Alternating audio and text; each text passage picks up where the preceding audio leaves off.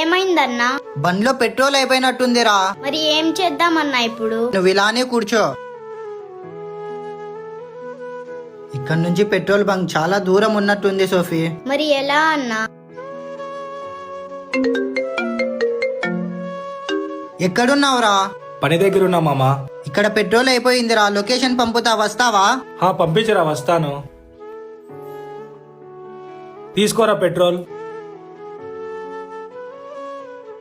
Thanks రా మామా. అక్కడ పని వదిలేసి వచ్చాను, వెళ్తాను రా.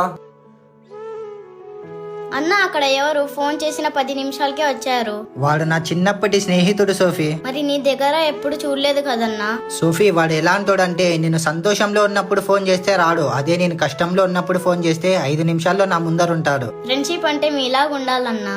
ఈ జిందగీలో ఆస్తులు లేనివాడు పేదవాడు కాదు, ఫ్రెండ్ లేనివాడు పేదవాడు. ఈ వీడియో నచ్చితే లైక్ చేసి ఎలా ఉందో కామెంట్ చేయండి.